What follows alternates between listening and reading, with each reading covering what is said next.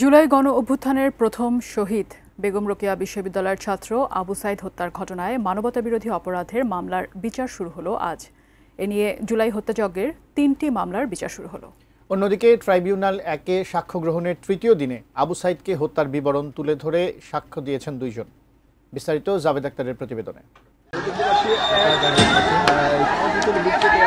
গত ২৪ জুন আবু সাইদ হত্যা মামলার তদন্ত প্রতিবেদন হাতে পায় প্রসিকিউশন। এরপর ৩০ জনকে আসামি করে গত ৩০ জুন ট্রাইব্যুনালে আনুষ্ঠানিক অভিযোগ দাখিল করা হয়। ওই অভিযোগ আমলে নিয়ে আন্তর্জাতিক অপরাধ ট্রাইব্যুনাল ২ বেগম রোকেয়া বিশ্ববিদ্যালয়ের সাবেক উপাচার্য মোহাম্মদ হাসিবুর রশিদ সহ পলাতক ২৪ আসামির বিরুদ্ধে গ্রেপ্তারি পরোয়ানা জারি করেন। প্রথমে প্রসিকিউশন অভিযোগ গঠনের প্রার্থনা জানিয়ে এবং পরে রাষ্ট্রনিযুক্ত আইনজীবীরা আসামিদের অব্যাহতি চেয়ে শুনানি শেষ করেন। বুধবার এই মামলায় ৩০ আসামির বিরুদ্ধে অভিযোগ গঠনের আদেশ দেন বিচারপতি নজরুল ইসলাম চৌধুরীর নেতৃত্বাধীন ৩ সদস্যের আন্তর্জাতিক অপরাধ ট্রাইব্যুনাল ২। এ সময় গ্রেপ্তার থাকা আসামি বেগম রোকেয়া বিশ্ববিদ্যালয়ের সাবেক প্রক্টর শরীফুল ইসলাম, বিশ্ববিদ্যালয় ছাত্রলীগের তখনকার সাধারণ সম্পাদক ইমরান চৌধুরী আকাশ, সাবেক এএসআই আমির হোসেন ও তাজহাট থানার কনস্টেবল সুজন চন্দ্র রায় সহ ৬ জন আসামি আদালতে উপস্থিত ছিলেন।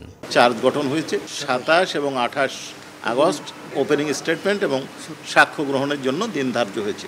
৫০-এর বেশি সাক্ষী ওখানে দাখিল করেছি, বিভিন্ন ক্যাটাগরিতে আছে। ডিজাইন, এলিগেন্স, বিউটি, সেরা পণ্য সবার জন্য জেভিকো। একই দিন ট্রাইব্যুনাল ১-এ প্রধানমন্ত্রী শেখ হাসিনা, সাবেক স্বরাষ্ট্রমন্ত্রী আসাদুজ্জামান খান কামাল ও সাবেক আইজিপি চৌধুরী আবদুল্লাহ আল মামুনের বিরুদ্ধে তৃতীয় দিনের সাক্ষ্য গ্রহণ হয়েছে। বেগম রোকেয়া বিশ্ববিদ্যালয়ের ছাত্রী রিনা মুর্মু এবং রংপুরের সাংবাদিক একেএম মইনুল হক এদিন সাক্ষ্য দেন। তারা আন্দোলনের সময় বিশ্ববিদ্যালয় ছাত্রলীগ ও পুলিশের হামলার বিস্তারিত বর্ণনা তুলে ধরেন আদালতে।